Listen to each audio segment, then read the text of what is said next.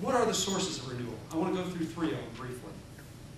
One obvious source of renewal is to go back to the canon of post-war conservative classics that we've already talked about, which you're reading systematically, that Randall and Darren are getting you guys to talk about and become familiar with.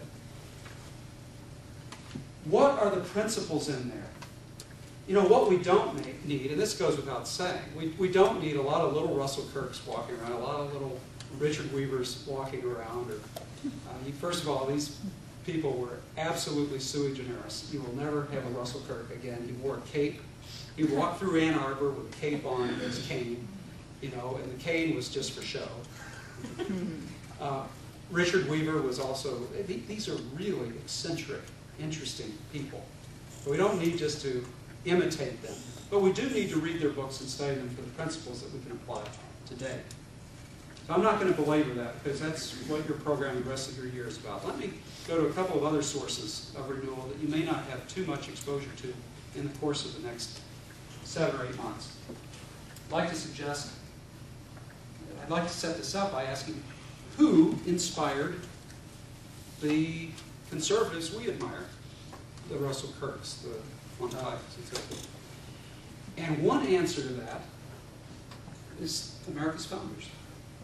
And I think that some of the texts that they created give us a great source of renewal and a sense of who we are as a movement.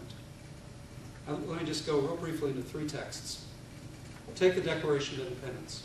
I'm going to say something that will surprise most of you. Well, it won't surprise you so much, but it certainly surprises the typical college audience that I address.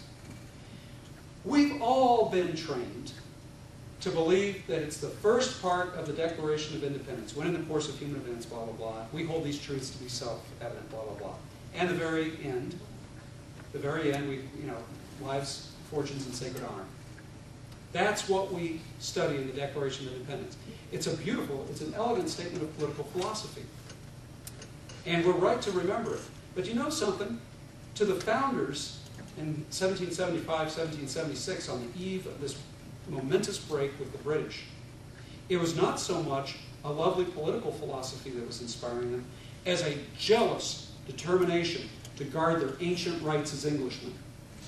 And that's where I would ask you, ladies and gentlemen, to read the middle of the Declaration of Independence. The middle of the Declaration, the real meat, as it was, sandwiched between the lovely statements and political philosophy, are 18 he-has statements. Who's the he? It's King George III. And Jefferson and the Committee of Five that compose this declaration and the Second Continental Congress that also fleshes it out are very upset, and you go and it is a catalog of very specific rights that had grown ever since Magna Carta. It's taken 500 years for these rights to be fully realized, and the founders were determined to preserve those rights. That's the part of the Declaration we've forgotten. But because they ground us, they instantiate us in actual historic moments, it's important for us to remind ourselves of what is in the Declaration of Independence, because that can help inspire us. They're not just abstractions. Remember, conservatives are not ideologues. We don't deal well in abstractions. We want historically grounded principles. A second product of the founding that could renew us was the greatest achievement of the Confederated Congress, the Congress under the Articles of Confederation, in 1787, is the Northwest Ordinance. And I would just say, there are so many people who say, they look back at our founders and the documents and they say, the founders really didn't talk about God much. There's a creator in the Declaration. There's not really much about God or religion. But these people should go back and read Article 3 of the Northwest Ordinance, which states, and these are the exact words also in our Michigan Constitution of 1963, religion, morality, and knowledge being necessary to good government and the happiness of mankind, schools and the means of education shall forever be encouraged. Education. That's what we're talking about in this room. It's grounding us in a liberal education that can deal with these texts. If you can't read these texts, if you don't know what they mean, if you're not historically grounded in them, they're just so many empty words.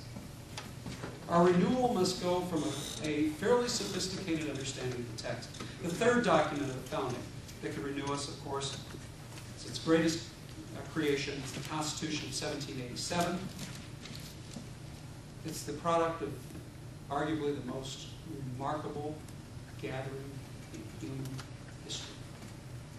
The only rival to it, I think, would be the meeting of the 11 in the upstairs room in Jerusalem after the crucifixion for changing the world. I would argue that this is the second greatest gathering of human beings in human history.